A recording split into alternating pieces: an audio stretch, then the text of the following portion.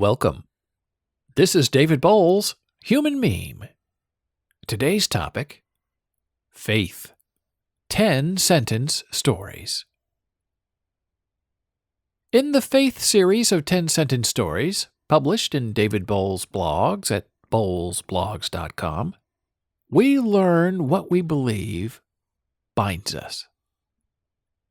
Charlie isn't all about faith, but perhaps the notion of something larger than himself can save him from himself. A Careful Man of Cautious Living, 10-sentence story number 156. Originally published May 2nd, 2012. Charlie was such a man that he knew life was precious and delicate and always on the edge of catastrophe. He lived in fear of shadows and things he might bump into if he ever turned a corner. He spent a fair amount of his day avoiding the unknown and sidestepping curb cuts lest they twist his ankle on unfamiliar terrain. Charlie did everything he could to preserve his health. He ate fruits and vegetables until he burst.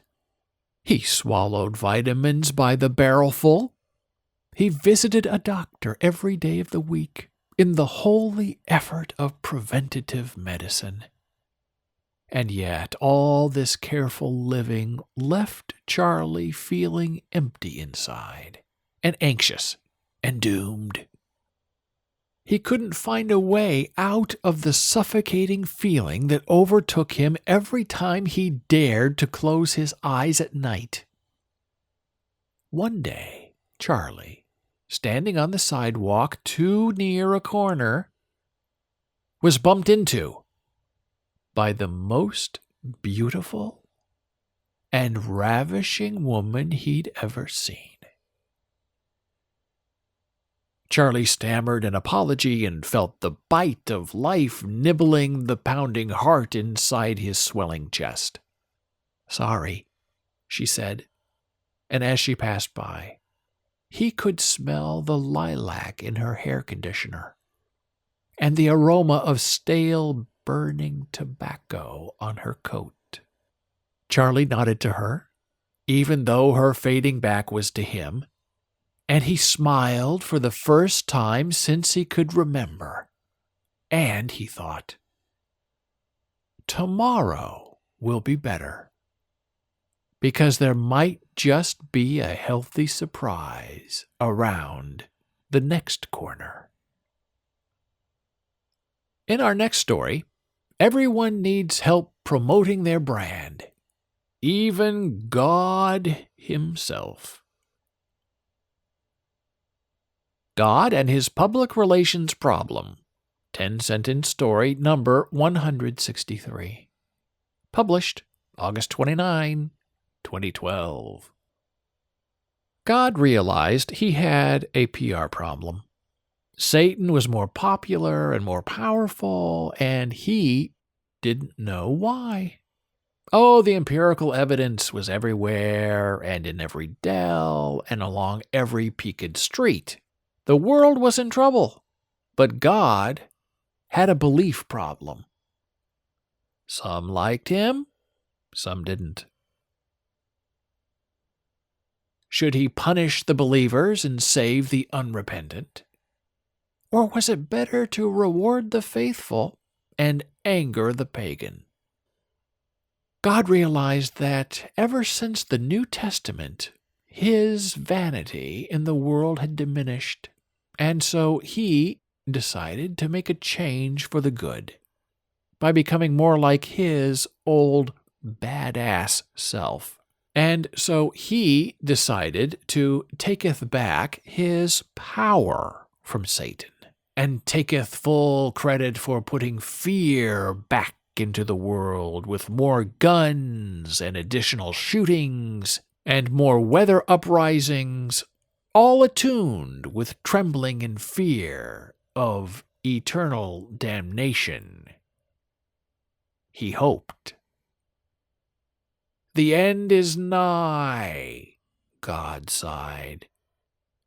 And I hope I'm still around to see how it all ends. In our final story of the day, the great hand of destiny reaches out to tap a shoulder. The Hand of a Guardian Angel, 10-sentence story number 139. Published September 21, 2011. Mary was excited to visit New York City. She was Midwestern born and had rarely ventured over 30 miles from her birthplace in her 75 years of living. She was mesmerized by Times Square and all the light at night. At home, she could see the stars in a dark sky. In New York City, she couldn't see the stars for the neon. Finding herself in a crowd and unable to breathe, Mary stepped off the curb into the street. An arm from the crowd reached out and, for a single moment only, touched her shoulder ever so softly, so she would not take another step forward. Before Mary could respond to the hand on her shoulder, a taxicab whizzed by her, its yellow metal whispering death against her kneecap. That was close, she thought. One more step and I'd be done. Then it occurred to Mary that she had been touched by a Redeemer, a real-life guardian angel, and she felt warm that God loved her and that He sent someone to watch out for her. To this day, Mary believes she was invisibly tapped on the shoulder because she never saw the arm reaching out from the crowd behind to stop her.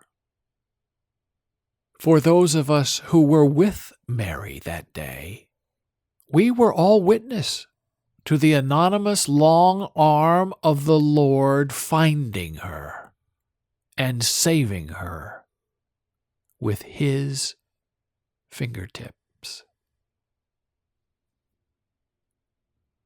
Thank you for listening. Be a human meme.